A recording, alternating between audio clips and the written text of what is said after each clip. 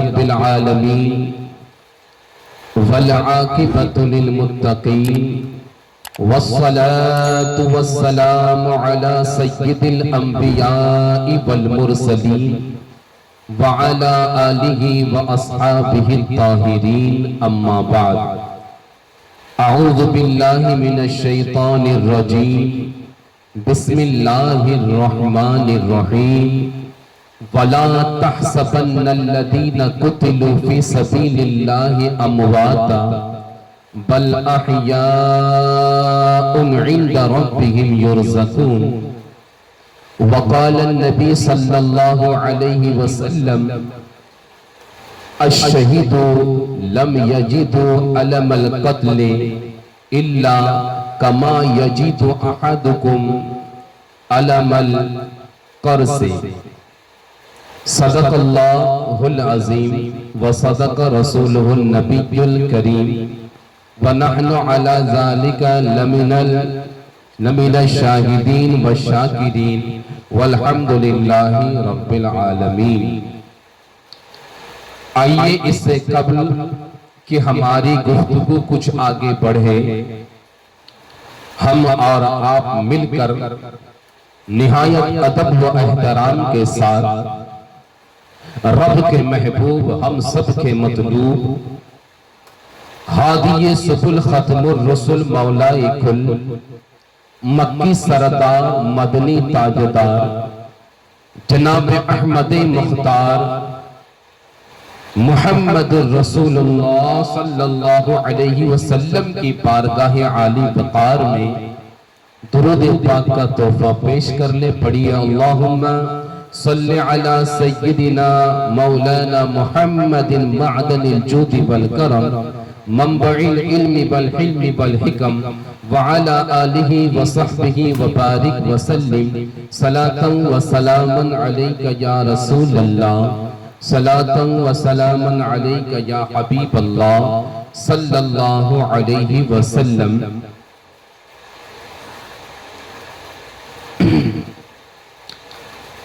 عزیزان ملت اسلامیہ، محرم الحرام کی یہ دوسری نشست، کل کی نشست میں ہم نے سماعت کیا اللہ تبارک و تعالی نے شہداء کرام کے بارے میں ہمیں یہ حکم دیا کہ انہیں نہ مردہ کہو اور نہ مردہ گمان کرو، بلکہ وہ تمہارے رب کے پاس زندہ ہیں اور انہیں رزق دیا جاتا ہے۔ وَلَا تَحْسَبَنَّ الَّذِينَ قُتِلُوا فِي سَبِيلِ اللَّهِ أَمْوَاتًا بَلْ أَحْيَاءٌ عِنْدَ رَبِّهِمْ يُرْزَقُونَ۔ حضرت عبداللہ ابن مسعود رضی اللہ تعالی عنہ روایت کرتے ہیں کہ میں آقا کریم سرور کونین صلی اللہ علیہ وسلم کی بارگاہ میں اس آیت کے مفہوم کو طلب کیا، اس آیت کے مفہوم کو، اس کے معنی کو میں نے دریافت کیا کہ آقا اس آیت کا معنی و مفہوم کیا ہے۔ آقا کریم نے ارشاد فرمایا کہ شہیدوں کی روحیں سبز پرندوں کے جسم میں ہیں اور اللہ نے ان کے رہنے کے لیے عرش کے نیچے قندیل لٹکائی ہوئی ہیں، وہ ان میں رہتے ہیں اور جہاں ان کا دل چاہے جنت کی سیر کرتے ہیں اور جو میوے چاہے وہ میوے وہ کھاتے ہیں۔ سبحان اللہ، کیا مقام ہے شہیدوں کا۔ آقا کریم صلی اللہ علیہ وسلم شہداء اسلام کے عظمت کو بیان کرتے ہوئے، ان کی رفعت کو بیان کرتے ہوئے آقا ارشاد فرماتے ہیں کہ شہیدوں کے لیے اللہ کے نزدیک 6 انعام ہے جو اللہ انہیں خصوصی عطا فرماتا ہے۔ وہ 6 انعام ہے جن میں سے پہلا انعام یہ ہے کہ جب انسان شہادت کا جام نوش کرتا ہے، جب کوئی مومن شہادت کے جام کو نوش کرتا ہے، شہید ہوتا ہے، اللہ کے راہ میں اپنی جان قربان کرتا ہے، تو جب اس کے خون کا پہلا پہلا قطرہ زمین پر گرتا ہے اللہ تبارک و تعالی اس کے گناہوں کو معاف فرما دیتا ہے، اسے بخش دیتا ہے، اور اس کی روح نکلتے نکلتے اللہ اسے دنیا سے ہی جنت کا ٹھکانہ بتا دیتا ہے، اسے جنت کا نظارہ کروا دیا جاتا ہے۔ دوسری نعمت اللہ کی طرف سے یہ عطا ہوتا ہے کہ شہید کو قبر کے عذاب سے کوئی خوف نہیں ہوتا ہے، قبر کے عذاب سے شہید محفوظ رہتا ہے۔ تیسرا انعام اللہ کی طرف سے یہ ہوتا ہے کہ شہید جہنم کے عذاب سے بے خوف ہوتا ہے۔ چوتھا انعام اللہ کی طرف سے یہ ہوتا ہے کہ اللہ تبارک و تعالی محشر کے دن شہداء کے سروں پر عزت و وقار کا ایسا تاج رکھے گا جو ایسے پیش بہا یاقوت سے بنے ہوں گے، جو یاقوت دنیا اور دنیا کی ساری چیزوں سے بہتر ہوگا۔ اللہ تبارک و تعالی شہداء کے سروں پر ایسے اعزاز اور وقار، اعزاز و وقار کا تاج رکھے گا۔ اللہ اللہ کتنی انوکھی شان ہے شہداء کی۔ آگے میرے آقا ارشاد فرماتے ہیں کہ شہید کے لیے اللہ کی بارگاہ میں، اللہ کے نزدیک ایک اور انعام ہے۔ وہ کیا ہے کہ 72 حوروں کو شہیدوں کے نکاح میں دیا جائے گا۔ عزیزان ملت اسلامیہ، میرے نوجوانوں اور میرے نونہالوں، سنو آج اسی جملے کو لے کر دنیا کے اندر اسلام کو ٹارگٹ کیا جا رہا ہے۔ آج اسی جملے کو لے کر میرے آقا کے اسی فرمان کو لے کر بھارت کی سرزمین ہو یا دیگر کنٹری میں ہو، اسلام کو ٹارگٹ کیا جا رہا ہے۔ اسلام کی شان و شوکت گھٹانے کے لیے، اسلام کو برباد کرنے کے لیے، اسلام کو بدنام کرنے کے لیے 72 حوروں کے نام پر فلمیں بنائی جا رہی ہے۔ 72 حوروں کے نام پر جوانوں کو خراب کرنے کے لیے، جوانوں کے ذہنوں کو، فکر کو بدلنے کے لیے آج طرح طرح سے فتنے پیدا کیے جا رہے ہیں۔ اے میرے جوانوں، یاد رکھنا، ہم مسلمان ہیں، ہم اپنے نبی پر ایمان رکھتے ہیں، اور ہمارا ایمان یہ کہتا ہے کہ چاہے زمین ہل جائے، زمین ہل سکتی ہے، آسمان ٹوٹ سکتا ہے، ہوائیں اپنی رخ بدل سکتی ہے، لیکن میرے نبی نے جو فرما دیا وہ کبھی غلط نہیں ہو سکتا ہے۔ میرے نبی نے جو کہا ہے وہ کبھی غلط نہیں ہو سکتا ہے۔ یہ ہم مسلمانوں کا ایمان ہے۔ تو نبی نے جب فرما دیا کہ 72 حوریں شہیدوں کے بارگاہ میں نکاح میں دیا جائے گا، تو ہمارا ایمان ہے کہ یہ ہوتا رہے گا، کیونکہ ہمارا یہ ایمان ہے۔ ہم اس نبی کے کلمہ پڑھتے ہیں اور اس نبی کو ہم اس طرح مانتے ہیں کہ پوری دنیا یہاں سے بہا ہو جائے، لیکن ہم نبی کے فرمان کو کبھی جھوٹا نہیں تسلیم کر سکتے گے، معاذ اللہ ثم معاذ اللہ۔ تو اے میرے جوانوں، اے میرے اس اسلام کے شہزادوں، سنو، آج کا دور پرفتن ہے، آگے چل کر تمہارا دور اور پرفتن ہوگا، اور فتنے جنم لیں گے۔ یاد رکھنا، چاہے سوشل میڈیا کے ذریعے سے ہو، چاہے فلموں کی شکل میں ہو، چاہے انٹرنیٹ کی شکل میں ہو، چاہے کوئی بھی قوت کے ذریعے سے ہو، کسی بھی طاقت کے ذریعے سے ہو، اگر اسلام کے ماننے والوں کو اگر برگلایا جائے گا، اگر فتنے پیدا کیے جائیں گے، اگر تمہارے ایمان کو ٹارگٹ کیا جائے گا، تو اے مسلمانوں یاد رکھنا، اپنے ایمان کی حفاظت کرنا، اپنے بچوں کے اندر ایمان مضبوط کرنا، اس لیے کہ ایمان بچانا یہ سب سے بڑا جہاد ہے، اور ایمان سب سے بڑی دولت ہے کہ جو انسان ایمان کے ساتھ میں یہاں سے جائے گا، بھلے بھلا برا عمل رہے گا، گناہیں رہیں گے، لیکن پھر بھی نجات پا جائے گا۔ اگر اچھے اعمال کتنے بھی ہو، اگر ایمان برباد ہو جائے گا تو پھر اس کا ٹھکانہ جہنم کے علاوہ کوئی اور نہیں ہوگا، وہ جہنم میں داخل ہوگا، اور اس کا انجام بہت ہی برا ہوگا۔ بہرحال میں عرض یہ کر رہا تھا، میرے آقا نے فرمایا کہ شہیدوں کے لیے اللہ کے بارگاہ میں 6 انعام ہے، جن میں سے 5واں انعام یہ ہے کہ 72 حوریں ان کے نکاح میں دیے جائیں گے، اور چھٹا انعام یہ ہے کہ شہیدوں کے خاندان میں سے 70 لوگوں کے حق میں شہید کی سفارش اللہ قبول فرمائے گا۔ اللہ کے بارگاہ میں ایک شہید اپنے خاندان کے، اپنے رشتہ داروں کے، اپنے اعزا و اقارب کے 70 لوگوں کی سفارش کرے گا، اور اللہ تبارک و تعالی اس کی سفارش کو قبول کر کے ان 70 کو جنت کا پروانہ عطا فرمائے گا، جنت میں داخلہ عطا فرمائے گا۔ پیارے بولو سبحان اللہ، بول تو مچل کے سبحان اللہ۔ کوئی بات اچھی لگے تو سبحان اللہ کہو، کوئی قدرت کو دیکھ، قدرت کا مشاہدہ کرو تو سبحان اللہ کہو، کوئی خوبصورت شے دیکھو تو ماشاء اللہ کہو۔ میرے آقا کی سنت ہے، بھلی بات لگے تو سبحان اللہ کہا کرو۔ اور یہاں تو بھلی ہی بات ہوتی ہے، منبر رسول ہے، یہاں ہم جمع ہوئے ہیں، ذکر شہدائے کربلا کی محفل ہے، یہ وہ محفل ہے یہاں کے ہر ایک بات بھلی ہوتی ہے، یہاں ہر ایک اچھی بات آپ تک پہنچائی جاتی ہے، اور یہ وہ محفل ہے جس محفل کے بارے میں میرے آقا نے ارشاد فرمایا کہ جہاں پر صالحین کا تذکرہ ہوتا ہے، جہاں پر اللہ کے محبوب بندوں کا ذکر ہوتا ہے، جہاں پر اللہ کے ولیوں کا ذکر ہوتا ہے، جہاں پر اللہ کے مقبول بندوں کا ذکر ہوتا ہے، تو اللہ کی رحمتیں وہاں نازل ہوتی ہے۔ تو ہم اس رحمت والی محفل میں بیٹھے ہیں تو یہاں تو رحمت کی ہی بات ہوتی ہے، اچھی ہی بات ہوتی ہے۔ اور سنو، اور مومن کی نشانی یہ ہے، قرآن میں مومن کی ایک صفت بیان کی گئی ہے کہ جب مومن کے سامنے قرآن کا ذکر ہو، اللہ کا ذکر ہو، رسول کی بات چھیڑی جائے،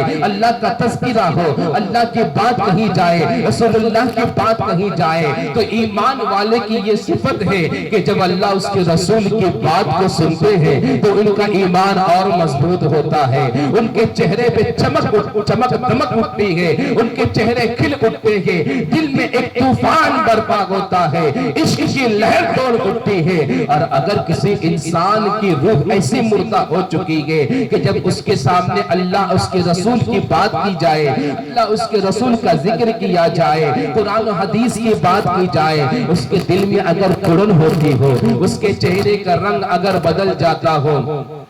اس کے چہرے کے رنگ میں اگر تغیر پیدا ہوتا ہو، اس کا چہرہ پھیکا پڑ جاتا ہو، تو اس انسان نے اپنے ایمان کا جائزہ لینا چاہیے، کیونکہ اس کے دل میں کہیں نہ کہیں منافقت پنپ رہی ہے، نفاق جنم لے چکی ہے، اس کے اندر منافقت ہے۔ اللہ اللہ، تو ایمان والوں کی نشانی ہے، اچھی بات سنو تو تمہارے چہرے کھلنے چاہیے، اور سبحان اللہ کہتے رہو۔ کیوں؟ ایک بار سبحان اللہ کہو گے، آپ کے نام اعمال میں نیکی لکھی جائے گی، ایک بار سبحان اللہ کہو گے، جنت میں آپ کے نام کا ایک درخت لگا دیا جائے گا۔ تو کثرت سے سبحان اللہ کہتے رہو، انشاءاللہ جب اس محفل سے ہم اٹھیں گے تو جنت میں ہمارے نام کا ایک باغیچہ تیار ہوگا، جنت میں ہمارے نام کا ایک باغیچہ تیار ہو جائے گا۔ تو بولو مچل کے سبحان اللہ، اللہ اللہ۔ آقا فرماتے ہیں یہ 6 انعام شہیدوں کے لیے اللہ تبارک تعالیٰ کی طرف سے ہے۔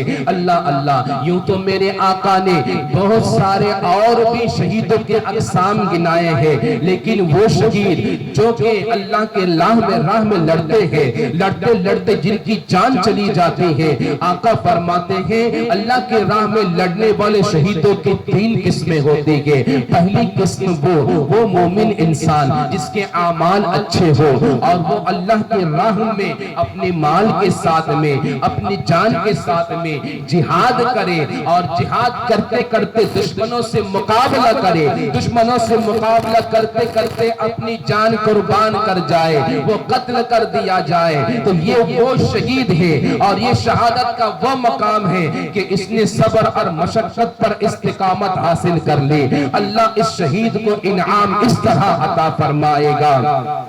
کہ قیامت کے دن عرش کے نیچے انبیاء کرام کے قریب میں، نبیوں کے قریب میں ان کے خیمے لگائے جائیں گے، اور ان خیموں میں یہ آرام کریں گے، نبیوں کی قربت حاصل ہوگی۔ اللہ اللہ، میرے آقا فرماتے ہیں دوسرے شہید وہ ہے، دو شہید کی دوسری قسم وہ ہے کہ وہ مومن ہے جو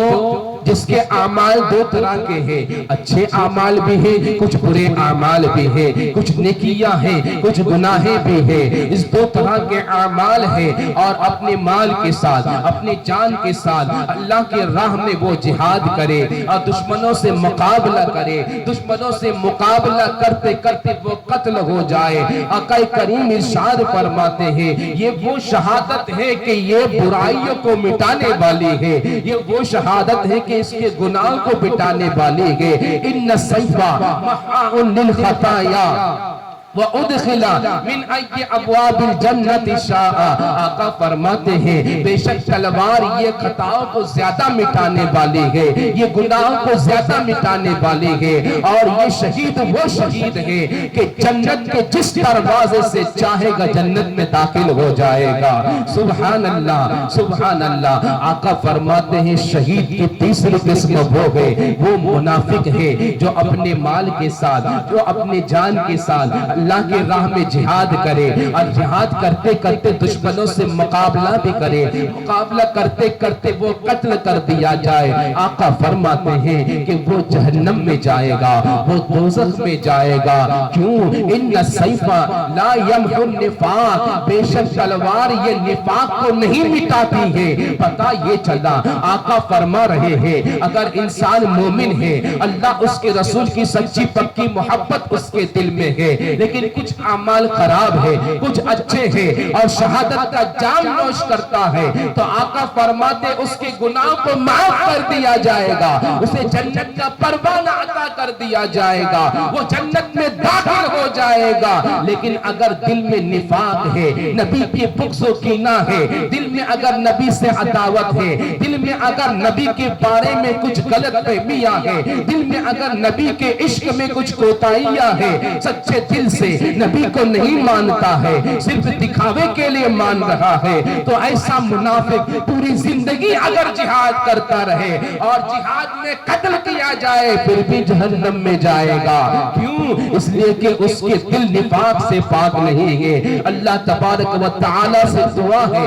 اللہ تبارک و تعالی ہم سبوں کی ایمان کی حفاظت کرے اور ایسی منافقت سے ہم سبوں کو اللہ محفوظ فرمائے۔ اللہ عزیزان ملت اسلامیہ، ہم نے اور آپ نے دیکھا ہوگا، ہم جانتے ہیں کہ جب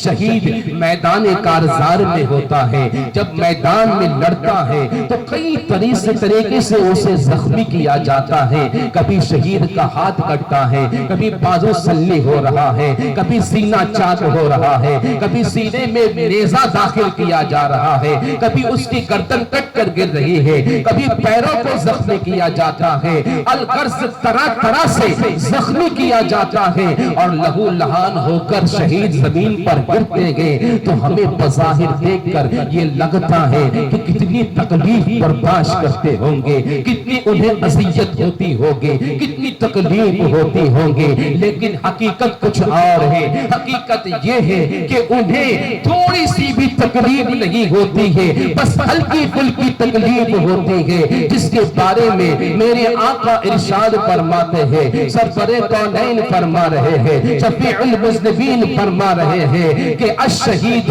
لا یجد علم القتل الا کما یجد احدکم علم القرصہ، کہ شہید کو قتل کی تکلیف محسوس نہیں ہوتی ہے، لیکن اتنی جتنی کہ تم میں سے کوئی کسی کو چٹکی کاٹے یا کسی کو چوٹی کاٹ لے تو اتنی تکلیف ہی تم کو ہوتی ہے، شہید کو قتل کے وقت اتنی ہی تکلیف ہوتی ہے۔ ممکن ہے کوئی یہ سننے کے بعد یہ سوال کر سکتا ہے، کسی کے ذہن میں یہ فطور پیدا ہو سکتا ہے کہ یہ کیسے ممکن ہے؟ ہم تو دیکھ رہے شہید کے بازو کاٹے جا رہے ہیں، ہم تو دیکھ رہے ہیں شہید کی گردنیں الگ کی جا رہی ہیں، ہم تو یہ دیکھ رہے ہیں کہ شہید کے سینے میں نیزے داخل کیے جا رہے ہیں، تو پھر یہ کیسے ہم مان لیں کہ کسی کا بازو الگ ہو جائے اور چوٹی کے کاٹنے کے برابر اسے تکلیف ہو، کسی کی گردن دھڑ سے الگ ہو جائے اور چوٹی کے کاٹنے کے برابر اسے تکلیف ہو، کسی کے سینے میں نیزے پیوست کیا جائے اور چوٹی کے کاٹنے کے برابر اسے تکلیف ہو، ہماری عقل اسے تسلیم نہیں کرتی ہے،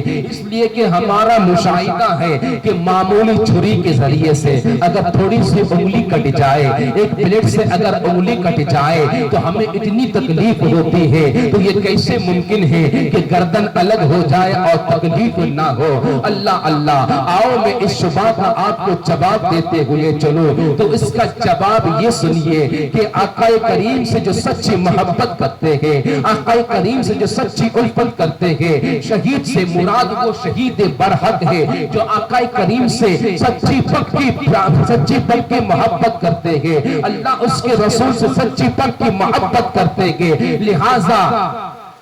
جب شہید اس طرح اللہ اس کے رسول سے محبت کرتے ہیں تو اس کے دل کی تمنا ہوتی ہے کہ صرف ایک جان کیا، اگر ہزاروں جانیں ہو، کروڑوں جانیں ہو، تو میں اپنے محبوب پر قربان کر دوں۔ حضور اعلیٰ حضرت فرماتے ہیں کروں تیرے نام پہ یہ جاں فدا، نہ بس ایک جاں تو جہاں فدا، تو جہاں سے بھی جی نہیں بھرا، کروں کیا کروڑوں جہاں نہیں۔ یا رسول اللہ، آپ کے نام پر یہ جان فدا ہے، صرف یہ جان کا دو جہان فدا ہے، اور دو جہاں بھی قربان کر کے جی نہیں بھرا۔ یا رسول اللہ، اگر کروڑوں جہاں ہو تو میں کروڑوں جہاں بھی آپ پر قربان کر دوں۔ تو سچی پکی جس کے دل میں محبت ہوتی ہے اسے تکلیف نہیں ہوتی ہے۔ آؤ میں آپ کو دنیا کی مثال دے کر اس تکلیف کے احساس کو سمجھا دوں تاکہ آپ کے دل کے دریچے کھلے، آپ کے ذہن کے دریچے کھلے، اور آپ کے دلوں میں باتیں اتر جائے اور آپ کا عقیدہ مضبوط ہو جائے۔ جب کوئی ہارٹ پیشنٹ ہوتا ہے،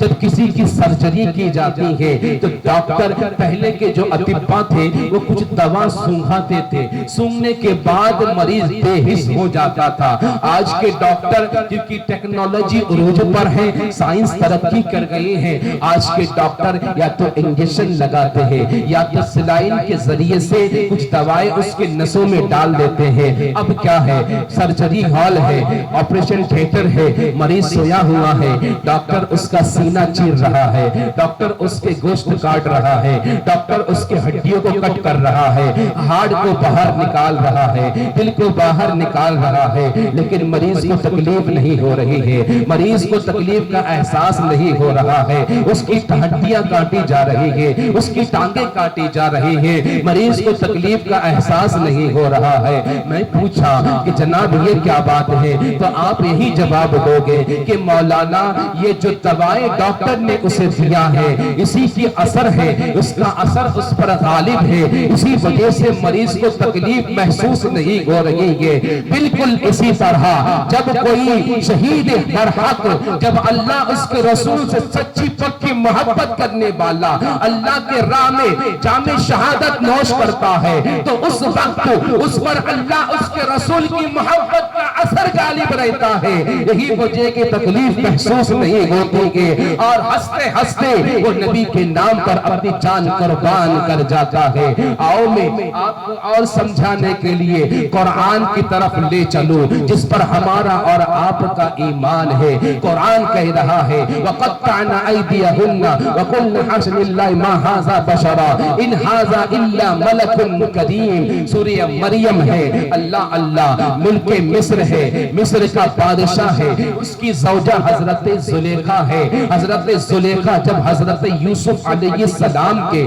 حسن کو دیکھ کر آپ کے عشق میں گرفتار ہوئی، آپ پر فدا ہوئی، تو جب مصر کے شریف گھروں کی عورتوں نے سنا تو آپ کو تانا دینے لگے، آپ کو برا بھلا کہنے لگے۔ حضرت زلیخا نے ان شریف عورتوں کو اپنے گھر دعوت پر بلایا، دسترخوان لگوایا، دسترخوان لگنے کے بعد آپ نے اس پر دسترخوان پر سارے میوے لگا دیے، سارے میوے کے ساتھ میں طرح طرح کے کھانے کے اشیاء بھی دسترخوان پر موجود ہے۔ میوے کو کاٹنے کے لیے، فروٹس کو کاٹنے کے لیے، پھلوں کو کاٹنے کے لیے آپ نے ہر ایک کے سامنے ایک ایک چھری رکھ دیے، اور حضرت یوسف علیہ السلام کی بارگاہ میں عرض کرتی ہے کہ آپ ان عورتوں کے درمیان میں تشریف لے آئیے، آپ ان کے سامنے آ جائیے۔ لہٰذا حضرت یوسف علیہ السلام جو ہی ان عورتوں کے سامنے تشریف لاتے ہیں، لہٰذا جب سامنے آتے ہیں عورتیں حضرت یوسف علیہ السلام کے حسن کو دیکھتی ہیں، آپ کی جمال جہاں آرا کو دیکھتی ہیں، تو حسن ایسا اثر کرتا ہے، حسن ایسا غالب آتا ہے، اس میں ایسے دم ہو جاتے ہیں کہ بجائے نیمبو کاٹنے کے اپنے ہاتھوں کو کاٹ لیتے ہیں اور خون بہنے لگتا ہے، لیکن انہیں کٹنے کا محسوس نہیں ہوتا ہے، اس کی تکلیف محسوس نہیں ہوتی ہے۔ یہی وجہ ہے کہ انہوں نے یہ نہیں کہا ہائے ہم نے کیا کر دیے، اپنے ہاتھوں کو کاٹ لیے، بلکہ انہوں نے یوں کہا یہ تو کوئی انسان نہیں بلکہ فرشتہ معلوم ہوتا ہے۔ پتہ یہ چلا کہ جب عورتوں نے حسن یوسف کو دیکھا، یوسف علیہ السلام کے جمال جہاں آرا کو دیکھا، دیکھنے کے بعد یوسف علیہ السلام کا حسن عورتوں پر اتنا غالب آئی، ان کا جمال اتنا غالب آیا کہ عورتوں کو ہوش نہ رہا اور اپنے ہاتھوں کو کاٹنے کا انہیں محسوس تک نہیں ہوا، اس کی تکلیف بھی محسوس نہیں ہوئی۔ تو سوچو تو ذرا جس یوسف کو حسن ملا میرے آقا کے صدقے میں، اس آقا کے حسن کا عالم کیا ہوگا؟ جس یوسف کو حسن ملی میرے آقا کے صدقے میں، اس آقا کے حسن کا عالم کیا ہوگا؟ آبیان حدیث کے قول کے مطابق میرے آقا کا چہرہ ایسا حسین و جمیل تھا کہ میرے آقا کے چہرے میں چاند سورج پیرا کرتے تھے۔ اللہ اللہ کیسا حسن ہوگا! اللہ کے رسول کے حسن کے بارے میں حضرت جابر عرض کرتے ہیں کہ میں ایک مرتبہ آقا کریم کی بارگاہ میں حاضر تھا، آقا کریم کی بارگاہ میں آقا کالے کمبل اوڑے ہوئے تھے اور 14ویں تاریخ تھی، 14ویں رات کا چاند چمک رہا تھا۔ میں کبھی چاند کو دیکھتا تھا، کبھی آقا کے چہرے کو دیکھتا تھا، اوپر چاند چمک رہا تھا، نیچے آمنہ کے لال کا چہرہ چمک رہا تھا۔ میں یہ سوچ رہا تھا کہ چاند زیادہ حسین ہے یا نبی کے چہرے زیادہ حسین ہے، چاند زیادہ خوبصورت ہے یا آمنہ کے لال کا چہرہ زیادہ خوبصورت ہے؟ آخر کر عشق نے جواب دیا، جابر چاند میں تو داغ ہے لیکن آمنہ کے لال کا چہرہ کتنا صاف و شفاف ہے۔ میرے آقا کے نور اللہ اللہ صلی اللہ علیہ وسلم کے حسن کا یہ عالم تھا۔ تو پھر سوچو ذرا کہ یوسف علیہ السلام کے حسن کو دیکھ کر عورتوں نے اپنے ہاتھوں کو کاٹ لیے، تو آقا کا حسن جب نظر آئے گا تو اس وقت عالم کیا ہوگا؟ اسی لیے تو اعلیٰ حضرت فرماتے ہیں کہ حسن یوسف پہ مصر میں حسن یوسف پہ کٹی انگشت زنا، سر پھٹاتے ہیں تیرے نام پہ مردان عرب۔ یا رسول اللہ وہاں یوسف علیہ السلام کے حسن کو دیکھ کر عورتوں نے اپنے ہاتھوں کو کاٹے، لیکن آپ کے حسن کو دیکھ کر مردان عرب اپنے گردنوں کو کٹاتے ہیں۔ اور ایک ہوتا ہے کٹ جانا اور ایک ہوتا ہے کٹانا، اس میں بہت فرق ہوتا ہے کہ انسان کچھ کاٹ رہا تھا، اب بھولے سے کٹ گیا، غلطی سے کٹ گیا، اس میں خود کا اختیار نہیں تھا، بلا اختیار کٹ گیا۔ لیکن یہاں پر آقا کے حسن کو دیکھ کر عرب کے بڑے بڑے نوجوان اپنی گردنیں کٹا رہے ہیں، خود سے کٹا رہے ہیں۔ کٹنے میں اور کٹانے میں فرق ہے، یہاں بلا اختیار کٹ گیا، یہاں پر با اختیار ہونے کے باوجود اپنے گردنیں کٹا رہے رسول کے نام پر۔ یہ وجہ کہ جب شہید شہادت کا جام نوش کرتا ہے، آقا کے رخ زیبا کو دیکھتا ہے، رب کے انوار کی تجلی کو دیکھتا ہے، تو اسے تکلیف محسوس نہیں ہوتی ہے، اسے تکلیف کا احساس نہیں ہوتا ہے۔ اللہ اللہ میرے عزیزوں، میرے بزرگوں اور دوستوں، میرے نانہالوں، اسلام کے شہزادوں، اللہ تبارک و تعالیٰ نے ایسے مسلمان پیدا کیے کہ جنہوں نے اسلام کی بقا کے لیے، اسلام کی نشر و اشاعت کے لیے، اسلام کو زندہ رکھنے کے لیے قربانیاں پیش کیے، اور بے شمار مسلمانوں نے شہادت کے جام نوش کیے۔ لیکن جو شہادت امام حسین نے اور جو شہادت ان کے اہل و عیال نے امام حسین نے جو شہادت حاصل کی اس کی کوئی مثال نہیں ہے۔ کیوں؟ اس لیے کہ آپ 3 دن کے بھوکے پیاسے ہیں، آپ 3 دن کے بھوکے ہیں، 3 دن کے پیاسے ہیں۔ آپ کی حالت یہ ہے کہ آپ کے اعزہ و اقارب، آپ کے اہل و عیال بھی 3 دن سے بھوکے پیاسے ہیں۔ اور سنو، انسان جب بھوکا پیاسا ہوتا ہے تو اپنے بھوک پیاس کو برداشت کر لیتا ہے، لیکن جب بچے کی بھوک پیاس کی بات آتی ہے تو انسان دیوانہ ہو جاتا ہے، انسان پاگل ہو جاتا ہے، کیونکہ بچوں کی تڑپنا اسے برداشت نہیں ہوتا ہے۔ امام عالی مقام کے حجرے میں ننھے منھے بچے ہیں، وہ بھی بھوکے پیاسے ہیں۔ اور سنو، اگر پانی موجود نہ ہو، پانی پر ہماری طاقت نہ ہو، پانی پر قدرت نہ ہو، پانی ہمارے پاس ہے نہیں، موجود ہی نہیں ہے، تو تکلیف کا احساس کم ہوتا ہے۔ لیکن جب پانی موجود ہو اور ایسا موجود ہو کہ عام انسان اس سے پانی پیے، یہاں تک کہ جانور بھی اس سے پانی پیے، اور اس وقت اگر ان پر پانی بند کر دیا جائے تو تکلیف کی شدت اور بڑھ جاتی ہے۔ اور سنو،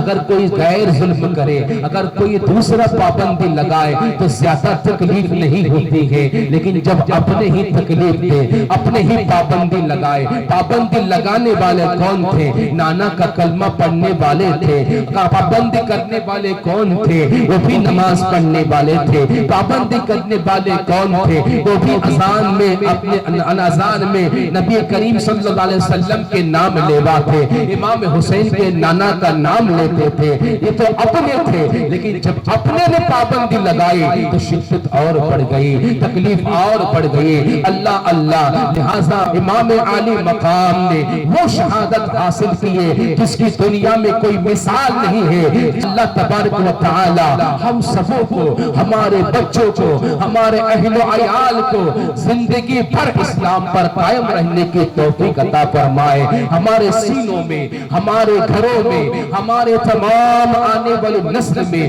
اللہ اسلام کو زندہ رکھنے کی توفیق عطا فرمائے۔ عزیزان ملت اسلامیہ، یہ شہداء کرام کی محفل ہے، وہ شہداء کرام جنہوں نے اسلام کے بقا کے لیے سب کچھ قربان کر دیے، تو ہمیں بھی چاہیے کہ ہم ان کی قربانیوں کو یاد رکھیں۔ ہمیں بھی چاہیے ہم ان کی قربانیوں کو فراموش نہ کریں۔ صرف محرم کے مہینے میں ہم یاد نہ رکھیں، بلکہ زندگی کی ہر سانس میں ہم ان کی قربانیوں کو یاد رکھیں۔ صرف محرم کے 10 روز ہم انہیں یاد کر کے بھلا نہ دیں، بلکہ زندگی کے ہر گوشے میں انہیں یاد رکھیں کہ انہوں نے اس اسلام کو بچانے کے لیے، قرآن کو بچانے کے لیے، مصطفیٰ جان رحمت کے دین کی بقا کے لیے اپنا سب کچھ قربان کر دیا۔ بھوک بھی برداشت کی، پیاس بھی برداشت کی، علی اصغر کی قربانی بھی برداشت کی، علی اکبر کی بھی قربانی برداشت کی، اپنے خاندان کو قربان کر دیے، لیکن نانا جان کے دین کو برباد ہونے نہیں دیے۔ تو لہٰذا ہم کچھ قربان کر نہیں سکتے ہیں تو کم از کم ہم اتنا تو کر سکتے ہیں کہ اپنے اندر اسلام کو زندہ رکھے، اپنے بچوں کے اندر اسلام کو زندہ رکھے، اپنے گھروں کے اندر اسلام کو زندہ رکھے۔ ہم یہ تو کوشش کر سکتے ہیں کہ جس قرآن کے لیے امام حسین نے اپنی گردن کٹا دی، جس قرآن کو باقی رکھنے کے لیے امام حسین نے اپنے خاندان کو قربان کر دیا، اسی قرآن کو ہم ہر روز تلاوت تو کر سکتے ہیں، اسی قرآن کو اپنے بچوں کے سینوں میں بسا سکتے ہیں، اسی قرآن کی ہم تلاوت جاری رکھ سکتے ہیں۔ کم از کم روز اٹھ کر ہم صبح سویرے اس قرآن کو کھول کر کچھ تو سورتیں ہم اس سے پڑھ سکتے ہیں۔ اس نماز کو باقی رکھنے کے لیے امام حسین نے اپنا سب کچھ قربان کر دیا، تو ہم کچھ کریں یا نہ کریں، اپنے آل و اولاد قربان کریں یا نہ کریں، لیکن کم از کم ہم یہ تو کر سکتے ہیں کہ ہم 5 وقت کی نماز کی پابندی کر لیں، تاکہ ہمارے اندر وہ نماز زندہ رہے، ہمارے بچوں کے اندر وہ نماز زندہ رہے۔